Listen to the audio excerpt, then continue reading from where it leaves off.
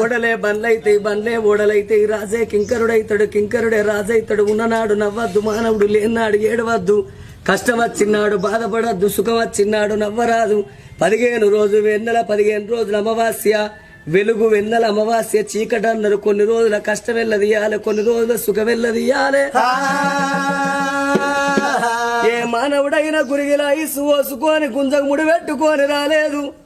మానవుడు ఎన్ని రోజులకున్నా అక్కడోడ గాని ఇక్కడోడ కాదు.